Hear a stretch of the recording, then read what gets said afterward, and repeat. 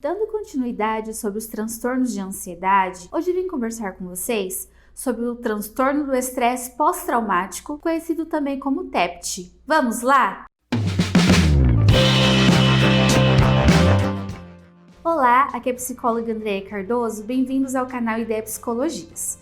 Você já deve ter ouvido falar de histórias de pessoas que passaram por algumas situações e após vivenciá-las começou a apresentar alguns sintomas de estresse, medo, ansiedade.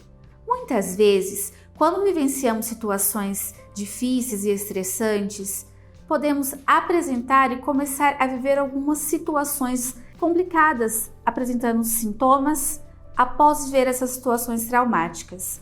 Seria mais ou menos quando a pessoa ela passa por uma situação de luto, quando ela perde alguém muito querido, ou quando ela está no elevador e esse elevador ele fica travado e a pessoa fica com medo daquela situação, seja por situações como acidentes de carro ou pessoas que estão andando na rua e são assaltadas. Esses tipos de situações podem levar a pessoa a sofrer o estresse pós-traumático, que seria uma doença psicológica pelo qual a pessoa começa a apresentar medo, angústia, ansiedade, dificuldade em lidar nas suas situações normais, na sua rotina e também situações na hora de dormir, na hora de relaxar. Vou falar um pouquinho mais com vocês sobre esse transtorno hoje. É muito importante saber que o TEPT, ele pode surgir nas pessoas que vivenciaram momentos muito difíceis de forma direta e indireta. Como assim?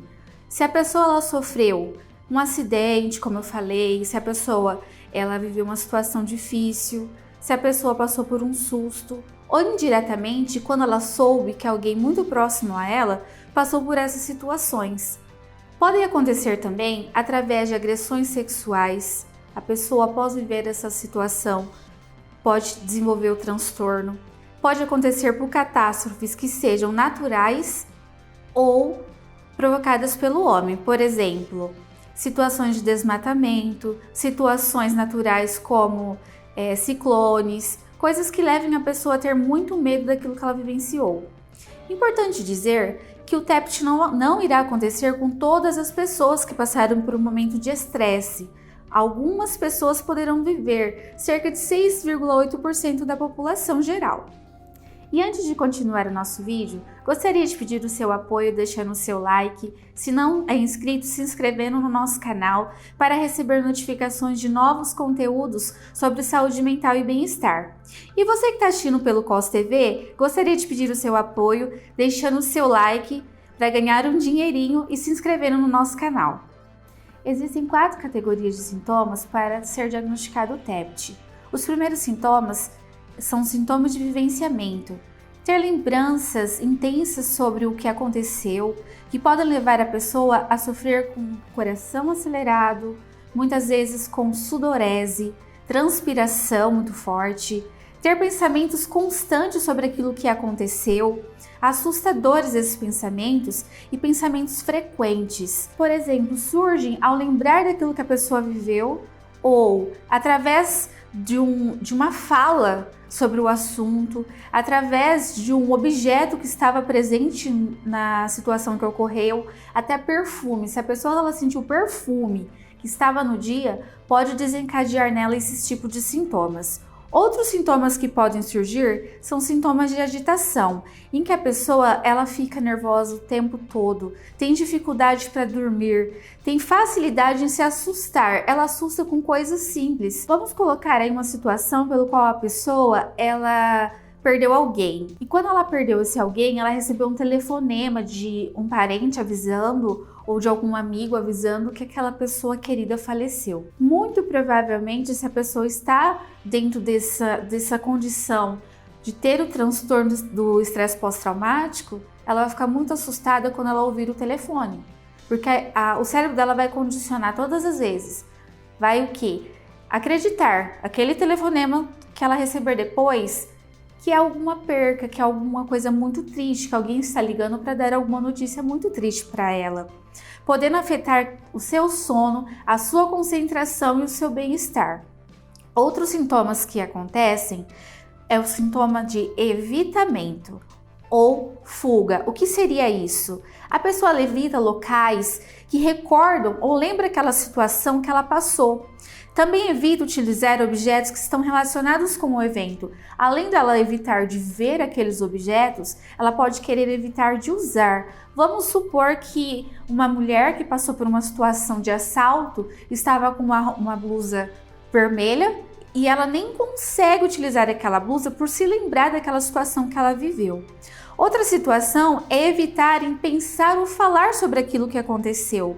Muitas vezes, a pessoa, só de ouvir alguém comentando, vamos colocar a situação de luto novamente, a pessoa ela passando por toda aquela situação do luto e a família fica comentando sobre o ente querido que se foi ou sobre a forma como tudo aconteceu, ela vai procurar evitar de ficar ouvindo aquilo porque aquilo traz muito sofrimento para ela. Esse sintoma é muito forte. Para o outro, muitas vezes, ele lida com o luto de uma forma mais leve, mas para essa pessoa é como se ela estivesse vivendo o tempo todo, de forma intensa, como se fosse o tempo todo a primeira notícia que ela recebeu. Olha, você perdeu o seu amigo tal, ou o seu pai faleceu. Isso é muito importante as pessoas saberem para que dê espaço a esse paciente, a essa pessoa que está passando por isso, para que ela consiga viver isso de uma forma mais tranquila.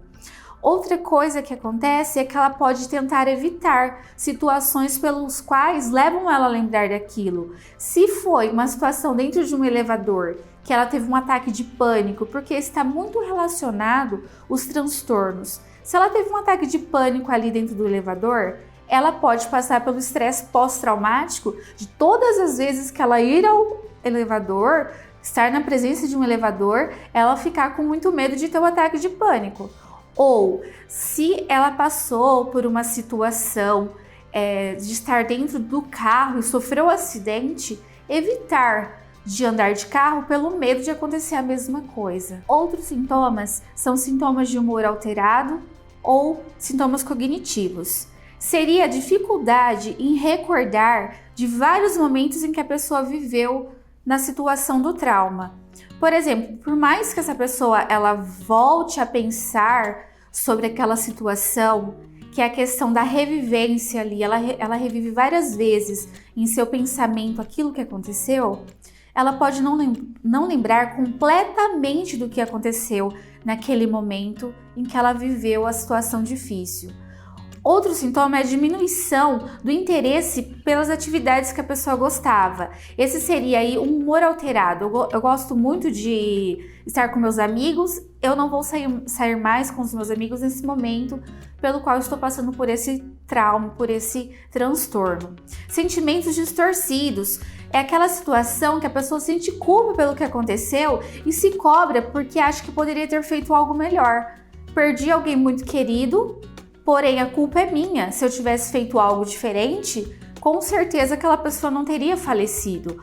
Mas tem situações, e nessa situação em si, que não há o que fazer. É aquilo que eu disse, situações pelas quais a gente passa que foge ao nosso controle, que foge aquilo que a gente pode prevenir, né? Que a gente pode controlar no sentido assim, evitar, a gente pode tentar evitar uma situação de um acidente de carro, a gente pode tentar evitar alguns tipos de situações, mas uma situação de uma catástrofe, uma situação de perder alguém, é algo que não se evita, e a pessoa ela sente culpa por isso. Outra situação são os pensamentos negativos sobre si mesmo. Começa a pensar de uma forma negativa sobre as suas atitudes, sobre aquilo que poderia ter feito e não fez.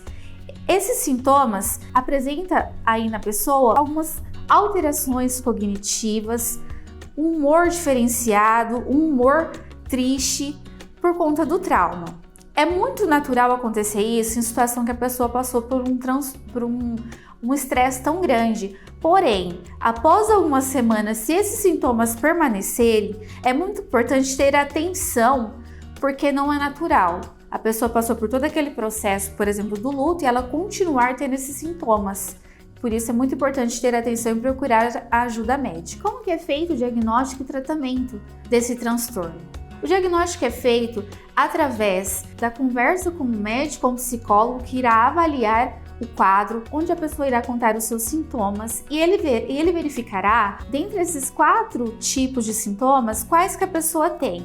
pelo menos um de cada dentro desses 4, a pessoa terá que apresentar para ser diagnosticado como transtorno do estresse pós-traumático. Depois disso, o psicólogo irá ajudar o paciente a lidar com situações de estresse, situações aversivas a ele que o levem a ter esse tipo de sintomas do transtorno. Irá ajudá-lo através da psicoterapia, onde ele irá, através de algumas técnicas, como na cognitivo-comportamental, ajudar o paciente a dessensibilizar em algumas situações e também, se necessário, a inclusão de alguma medicação prescrita pelo psiquiatra para ajudar a dar o alívio àqueles sintomas, muita ansiedade, muita falta de sono, entre outros tipos de sintomas. Deste modo, irá ajudar o paciente a diminuir os sintomas de medo, ansiedade e raiva. E se você gostou desse vídeo, eu agradeço por ter ficado aqui comigo. Aproveito para pedir novamente para você deixar o seu like e nós nos vemos no próximo vídeo. Muito obrigada!